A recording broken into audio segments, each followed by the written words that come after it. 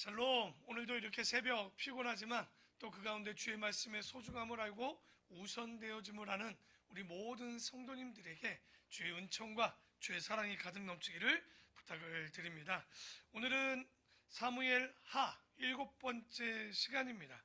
그러니까 사무엘 하는 이렇게 쭉 살펴보면요, 장수는 적은데 절수가 좀 깁니다. 스토리가 그렇다고 해서 또 막 어렵지는 않습니다. 근데 욕심을 내는 건 제가 어차피 1년 내내 보기로 했기 때문에 조금 더디더라도 웬만하면 넘어가지 않고 가능한 한 짧게라도 한 번씩은 다 지나가 보려고 하다 보니 조금 어떻게 보면 사무엘 하도 시간이 좀 걸리는 것 같습니다. 어쨌든 우리가 어제까지 보았던 것은 이제 암논과 다말의 사건으로 그 오라비였던 다말의 오라비였던 압살롬이 이제 2년간 준비했죠. 그리고 암논을 양 털 깎는 날 초대해서 죽이게 됩니다. 그래서 그수랑 달미에게 3년, 외할아버지죠, 외가에 가서 3년간을 숨어 있다가 요압의 지혜로 다시 한번 데려왔지만 문제는 또 몇 년을 안 봤어요. 2년 동안. 그러니까 죄는 용서했지만 뭐가 안 됐습니까? 화목이 되지 않았던 문제 때문에 2년을 또 머뭅니다. 그런데 이제 2년 만에 다시 한번 아버지를 안았던 이 압살롬은 느꼈어요. 아버지가 늙었구나. 좋은 의도여야 되는데 아버지가 늙었으니 잘해야 된다라는 효도여야 되는데 불효의 극치를 하죠. 그게 뭐냐? 바로 아버지를 반역하기로 마음을 먹고 성문 앞에서 4년간 왕에게 송사로 올라오는 사람들의 마음을 빼앗아 4년을 준비하는, 굉장히 짧은 시간이 아니라 우리가 보는 건 하루 이틀 보고 있지만 실제는 11년이 넘는 시간들에 대한 이야기들을 우리가 굉장히 짧게 보고 있다 보니 이게 뭐 하루 이틀에 된 줄 아는데 절대 그게 아니라 벌써 11년, 최하 11년입니다. 그 전의 사건을 더 보면 더 길게 되겠지만 11년째 그렇게 돼 있는데 어제 우리가 5장 12절까 봤죠. 뭐 압살롬만 반역한 게 아니라 그 옆에 있었던 책사 누굽니까? 모사라고 그러죠. 아히도벨. 근데 이게 잘 살펴보고 족보를 따져보니 밧세바의 할아버지였어요. 그러니까 아마도 이 사건에 있어서 할아버지는 싫죠. 어쨌든 남의 가정을 깨고 다윗이 그를 데려갔기 때문에 썩 좋아하지 않았던 것 같아요. 그러니까 책사에 2명이 있었습니다. 오른팔 왼팔에 이 아히도벨과 후세라는 사람이 있었는데 한 팔이 이미 압살롬에게 넘어가고 백성들의 마음도 이미 넘어가니 이제 그 뿌리 되었던 다윗의 뿌리 되었던 헤브론에서 반역을 일으켰습니다. 그때 13절에 나옵니다. 전령이 다윗에게 와서 말하되 이스라엘의 인심이 다 압살롬에게로 돌아갔나이다 하는지라. 참 압살롬이 믿을 만한 존재도 아님에도 불구하고 하루아침에 다윗에 있었던 사람들의 마음이 압살롬으로 돌아갑니다. 얼마나 기가 막혔을까요? 다윗 왕이 그러면 여러분이 이 사람이 전쟁에서 용맹한 사람임에도 불구하고 아들을 피해 도망가기로 마음먹습니다. 근데 다윗이 왕이 된 지로 사울 왕을 쫓길 때 말고 그 뒤로 왕이 되어서 누구에게 도망갔다라는 내용은요, 여기가 유일합니다. 그런데 왜 도망갔을까? 도망갈 수밖에 없었습니다. 아버지하고 아들하고 싸워서 이겨도 큰일이요, 져도 큰일인 거예요. 그러니 제일 좋은 건 도망가고 싸우지 않는 거였습니다.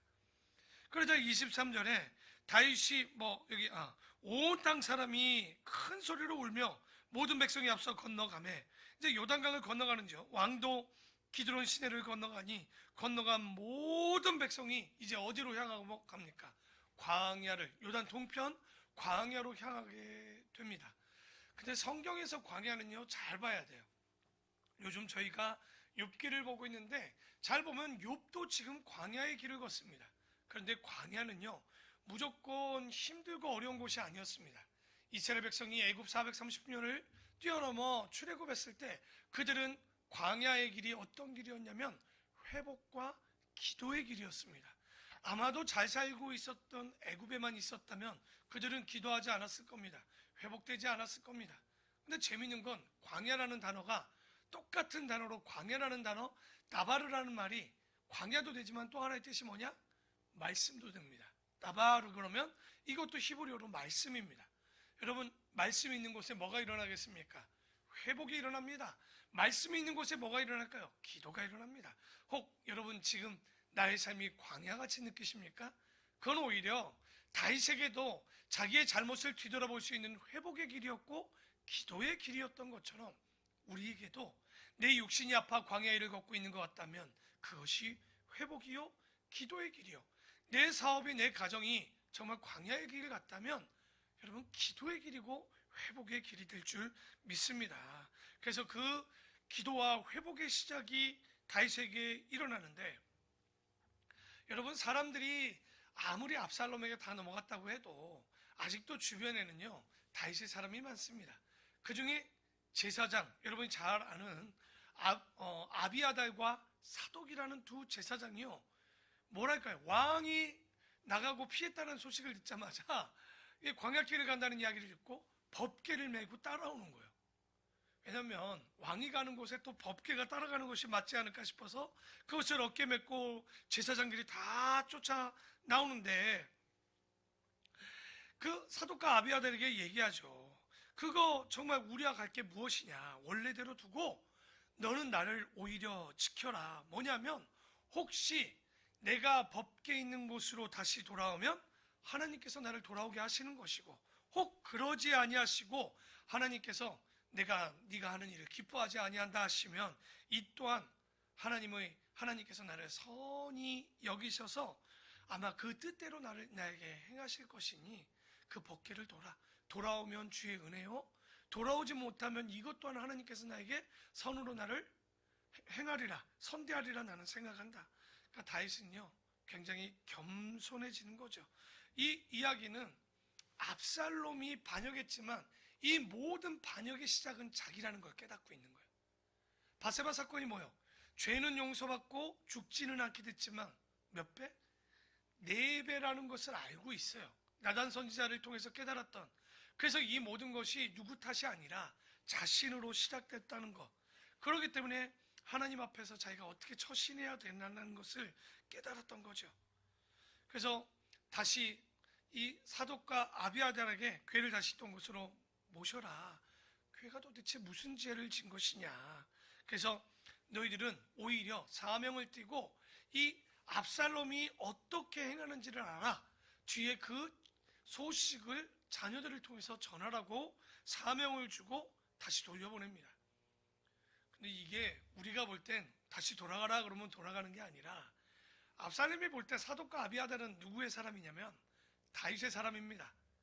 다시 돌아간다는 얘기는 목숨을 걸고 명령에 따르는 거예요.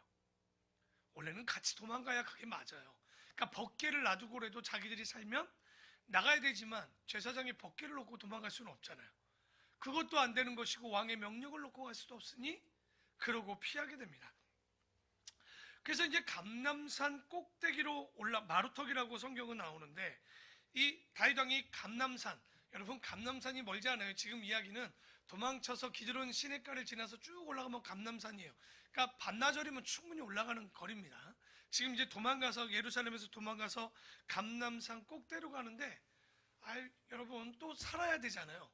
바로 다윗의 오른팔 모사, 곧 책사였던 후세가 또 쫓아나옵니다. 왜? 한 사람은 아히도벨은 이미 반역해서 압살롬에게 넘어갔으니까 후세가 쫓아나오니까 또 33절에 이렇게 얘기합니다. 다윗이 그에게 이르되 네가 만일 나와 함께 나아가면 내가 누를 끼치리라. 내게 누를 끼치는 거다. 그러니까 나를 따라오는 게 돕는 것이 아니고, 그러나 네가 만일 성부로 돌아가서 압살롬에게 말하기를 왕이여 내가 왕의 종이니이다. 전에는 내가 왕의 아버지의 종이었더니 이제는 내가 왕의 종이니이다 하면 네가 나를 위하여 아히도벨의 모략을 피하게 되리라. 그러니까 그 안에 지금 자기 사람을 심어 놓으려고 한 거예요. 아히도벨이 어떤 책사를 어떤 일들을 하면 솔직히 굉장히 백전노장이기 때문에 이 사람 또한 생각이 뛰어나지 않겠습니까? 아마 좀 뒤에 이제 16장에 나오지만 아히도벨의 뜻대로 됐다면 다윗은 죽었을 거예요. 그런데 누구를 남겨뒀기 때문에 가능했느냐? 후세를 남겨뒀기 때문에 그 모략이 계략이 숲으로 돌아가는 거예요. 그래서 지금 후세도 돌아가긴 돌아가는데 다시 얘기 드릴까요? 다윗의 오른팔이 돌아가면 압살롬이 그냥 둘까요? 아이도벨이 그냥 두자고 그랬을까요? 이거 죽음의 길입니다. 그럼에도 불구하고 다윗과 그 뜻을 위해서 돌아가게 되는 거죠. 그래서 16장 도망 중에 어떤 이야기 하나 두 가지를 넣죠. 왜냐면 아마 그림을 그릴 때도 그런 것 같아요. 도망가는데 그냥 백성들이 반역했더라 이게 아니라, 여기에 보면 한 부류는 이럴 때 다윗의 왕권이 흔들리니 자기의 뭔가를 취하려는 놈들이 있고, 또 하나는 다윗이 힘 빠지니 그 전까지 마음에 안 들었던 것을 표출하는 인간이 하나가 나옵니다. 하나는 여러분이 잘 아는 요나단의 두 다리를 저는 아들 모비보셋의 이야기가 나오죠. 그때 여러분 기억나죠? 다윗이 사울 왕에 있었던 사람들을 다 죽인 게 아니라 그 누가 살았냐라고 하나 묻죠. 그랬더니 종한 놈이 살았죠. 종이라고 그러지만 힘 있는 하나, 어떻게 보면 집사 같은 인간이 하나 남았죠. 그게 누굽니까? 시바라는 사람이 하나 남습니다. 그러니까 시바에게 주었던 명령이 뭐냐면, 요나단의 모비보셋이 살았다는 얘기를 듣고 그에게 땅을 주면서 그를 잘 섬기고 보필하라. 그럼 마지막 뭐였어요?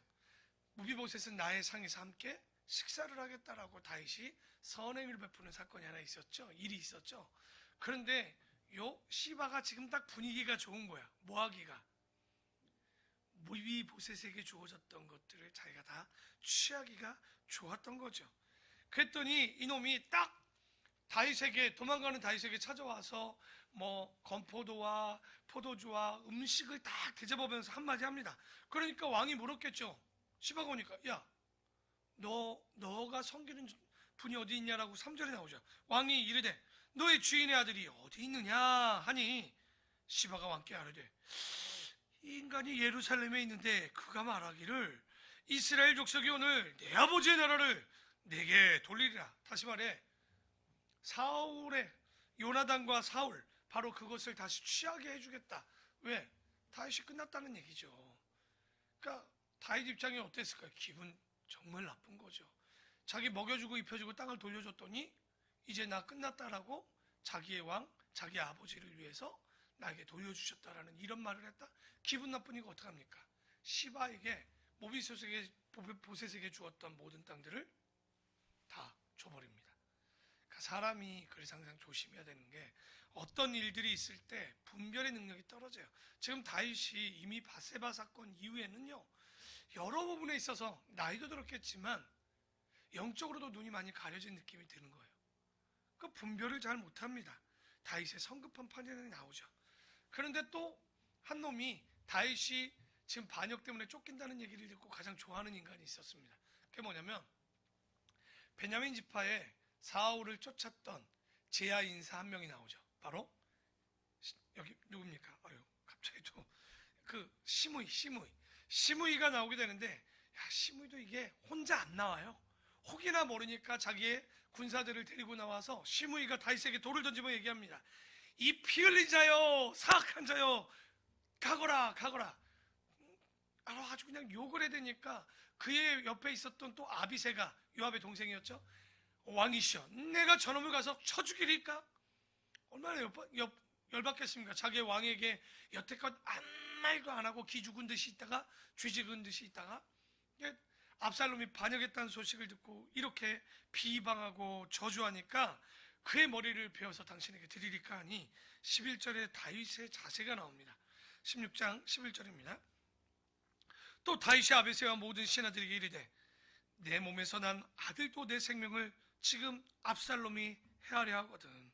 하물며 이 베냐민 사람이랴 여호와께서 그에게 명령하신 것이니 그가 저주하게 버려두라.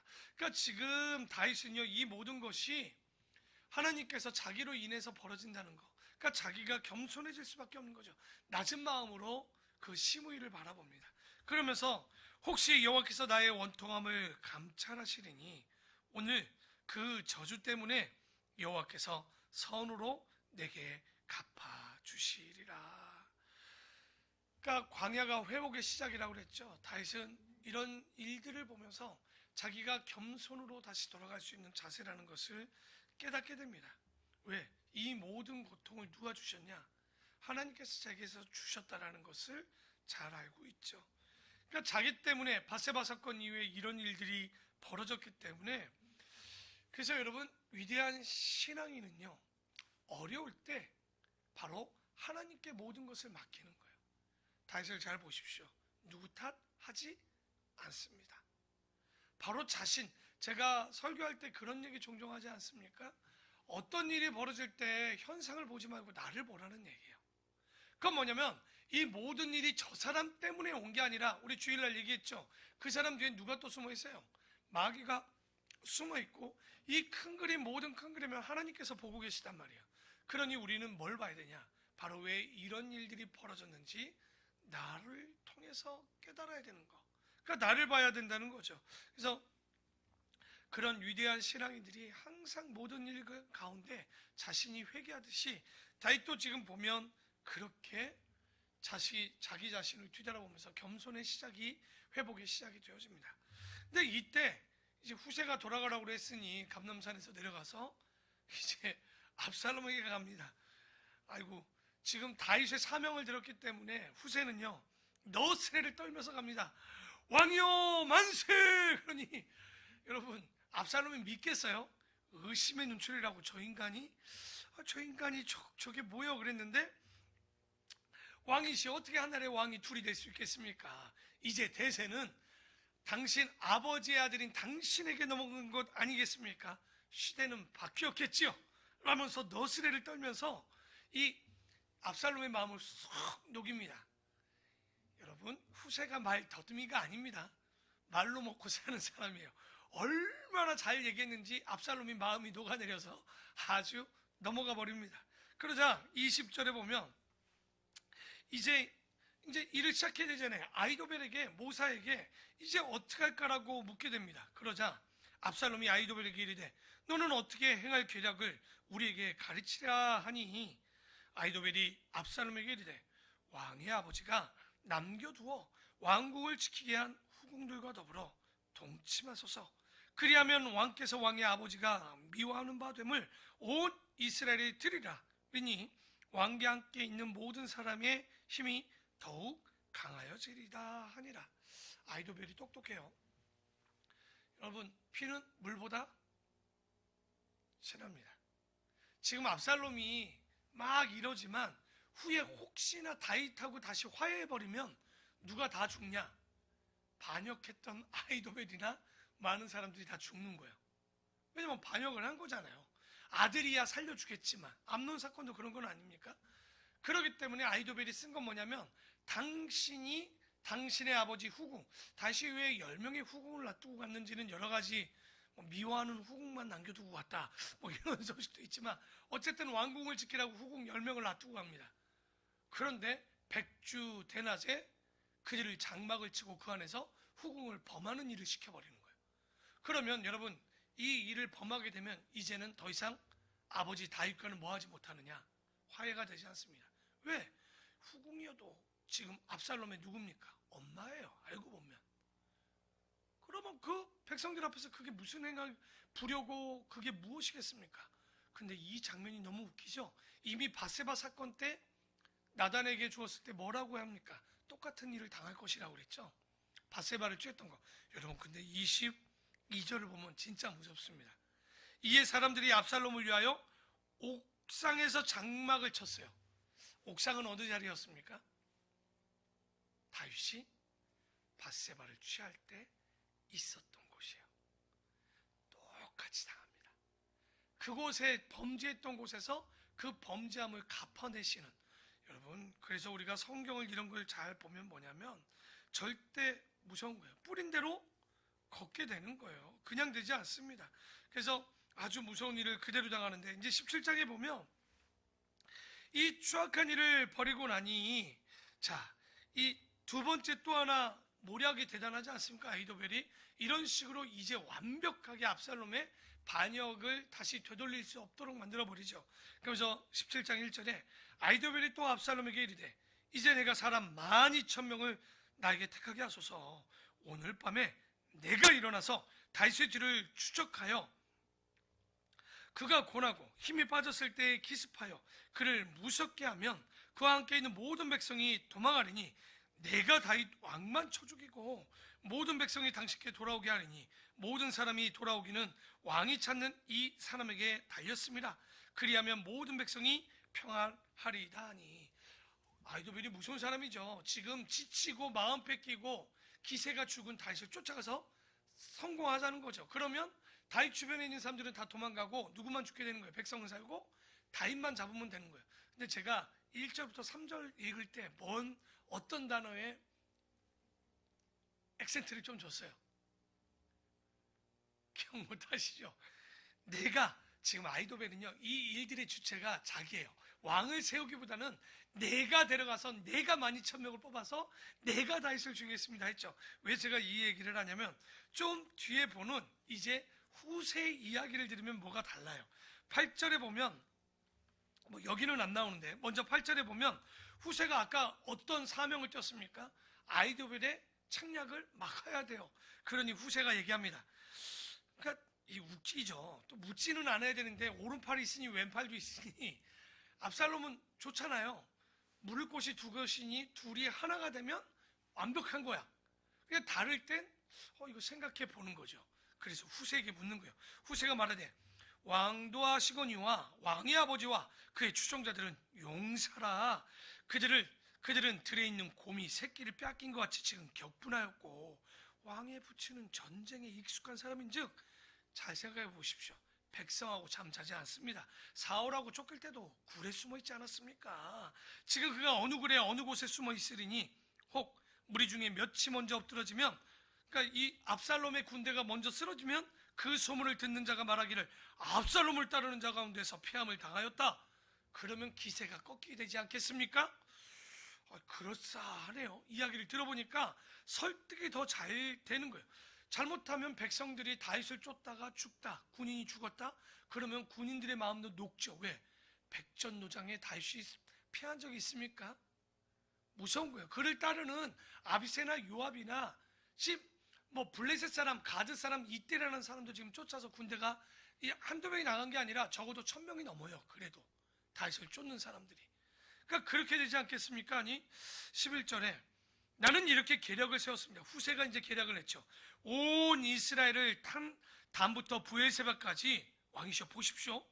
바닷가에 많은 모래같이 당신께로 모으고 친히 전장에 나가시고 우리가 그 만날 만한 곳에서 그를 기습하기를 이슬이 땅에 내린같이 우리가 그의 위에 덮여 그와 그 함께 있는 모든 사람을 하나도 남겨두지 아니할 것이요.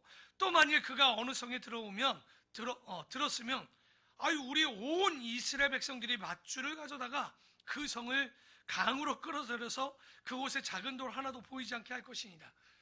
일단 이런 언어를 뭐라고 그러냐면, 여러분, 아이도벨과 후세 이야기를 들으면 뭐가 다르냐? 일단은 주체가 달랐어요. 뭐라고 얘기합니까? 왕이 뭐라고 합니까? 12절 봤죠?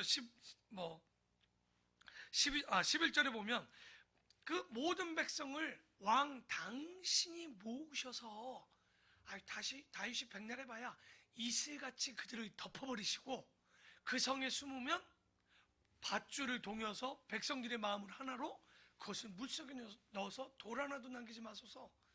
이런 언어를 그림 언어라고 합니다. 머릿속에 그려지게 하는 거죠. 그러니 지금 누구의 이야기를 이 압살롬이 확 마음을 빼앗기냐? 이거 잘하면 누구에게 돌아오는 거예요? 지금 왕에게 돌아온다는 얘기잖아요. 아까는 지금 아이도벨이 뭐라고 했어요? 내가 다윗을 잡고 내가 12,000명을 데려가고. 여러분, 그래서 이야기를 굉장히 후세가 말을 잘하는 거예요. 다윗보다 나이 많은 사람이에요. 이 사람이 친구 같지만. 그래서 아마도 이 말을 듣고 누구의 말을 더 기뻐했겠습니까? 딱 보니까 당연히 후세의 말을 쫓았던 거죠. 근데 아이도벨이 어떤 사람입니까? 책사예요. 이미 끝났구나. 왜? 압살롬이 후세 얘기를 듣는 것을 보고 분명히 이 전쟁은 졌다라고 느낀 것 같아요. 그래서 23절에 보면 아이도벨이 자기 고향 집으로 돌아가 스스로 목숨을 끊죠. 그러니까 참 똑똑하니까 아는 거죠. 큰 그림을. 그래서 27절에 보면 또 뭐 이 이야기는 왜냐면 좀 이따 한번 또 다시 반복되기 때문에 한번 보지요. 다윗이 마하나임에 이르렀을 때 암몬 족속 중에 속한 라빠 사람, 그러니까 다 다윗에게 등 돌린 건 아니에요. 나하스의 아들 소바의 로데발 사람 암미엘의 아들 마길과 로글림 길르앗 사람 바르실레라는 사람이 다윗을 환대하는 모습이 나옵니다. 그러니까 시므이 같은 놈들은 돌을 던지고 저주하고 시바 같은 놈은 자기의 욕심을 채우는데, 왕과 군인들이 왔으니 이 바르실레라는 사람은 왕을 선대하면서 잘 돕죠. 그래서 뒤에 보면 이 선대함을 잊지 않고 그대로 나중에 고마움을 다윗이 표하게 됩니다. 자, 이제 18장에 보면 후세 때문에 이제 하룻길을 도망가서 요단 건너편으로 가 있는 다윗은요, 요압과 아비새가 다시 재정비를 합니다. 그래서 제 1군 요압, 2군 아비새, 3군 가드 사람 이때 해서, 왜냐면 그냥 질 수는 없잖아요. 정비를 하고 싸우게 됩니다. 그런데 전쟁할 준비를 하고 18장 5절에 보면 왕이 얘기합니다.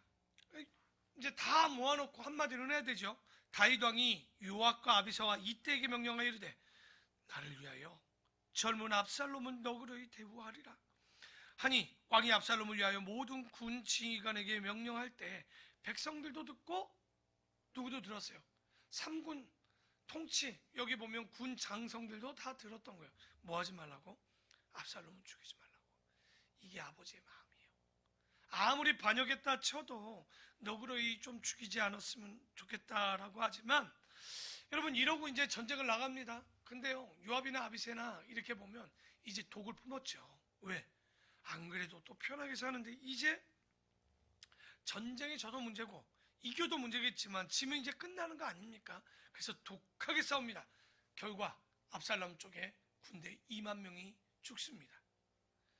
그리고 9절에 우리가 너무나 잘 아는, 압살롬이 나귀를 타고 오다가 노새를 타고 오다가 큰 상수리나무 번성한 가지 아래 지날 때 압살롬의 머리가 그 상수리나무 가지 사이에 달랑달랑 걸린 거예요. 왜? 그의 머릿결이 200세겔이라고 나옵니다. 200세겔이면요 2.3kg 정도 돼요.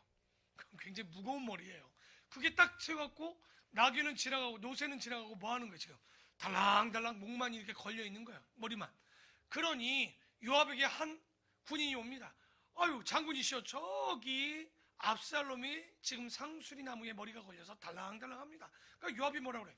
야, 이 사람아, 저 사람이 땅에 몸이 떨어지게 했으면 너에게 은 열량을 주고 너에게 띠를 줬을 텐데, 이게 뭡니까? 몸이 바닥에 떨어진다는 목을 베었으면 네가 은 열량과 띠를 얻을 텐데 했지만, 아까 뭐라고 그랬어요? 다 들었잖아요. 왕이 뭐라고 그랬어요?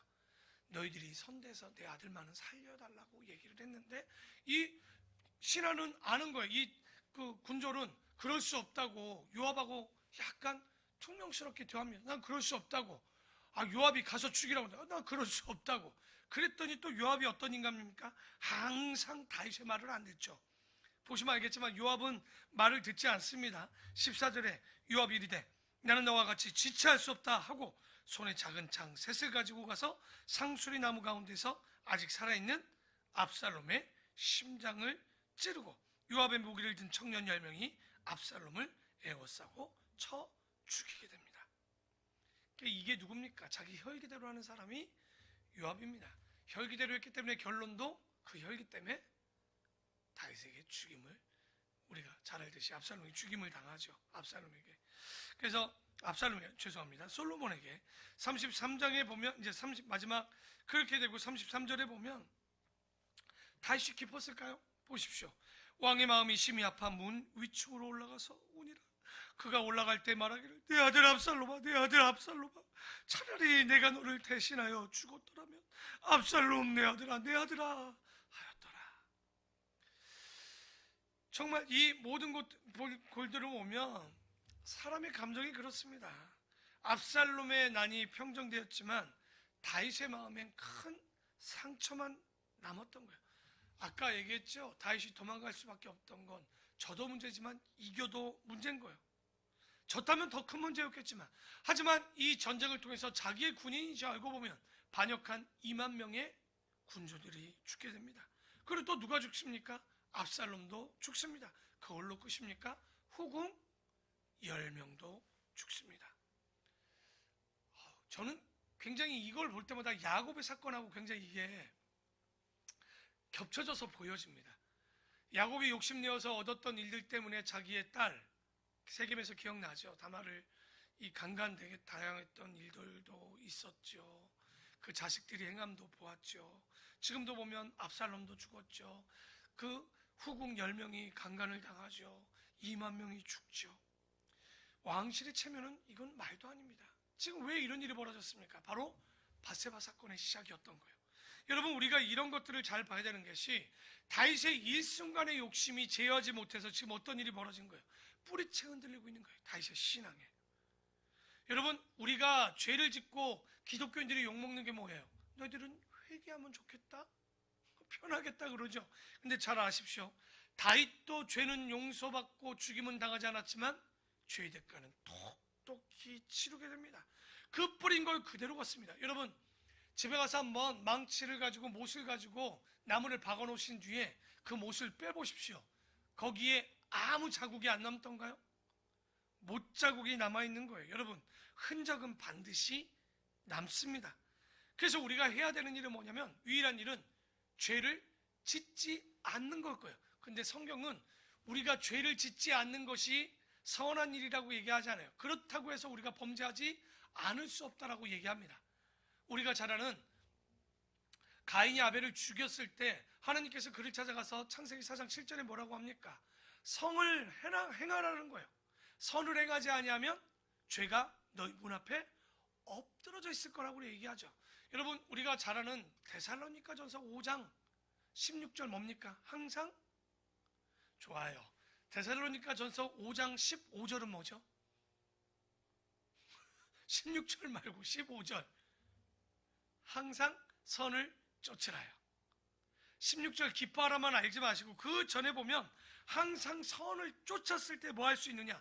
죄를 범하지 않을 수 있다는 거예요. 우리가 죄를 짓지 않는다라고 백날 여러분 결단해봐야 할 수 없는 거예요. 우리가 죄를 짓지 않는 건 하나님을 따라 선을 행하고 쫓을 때만이 가능한 겁니다. 오늘 다윗을 보면서 기도합시다. 우리가 그저 말씀만 보고 있다고 해서 우리가 죄를 짓지 않는 것이 아니라 그 말씀을 순종하고 선을 쫓지 않으면 우린 죄가 우리 집 문 앞에 엎드려 있음을 잊지 마시고, 다윗의 범죄함의 결과는 무섭습니다. 범죄하지 않기 위해서 나는 죄를 짓지 않는 것이 아니라 오늘 말씀을 통해서 오늘도 새벽에 말씀을 받고 순종하고 나가셔야 됩니다.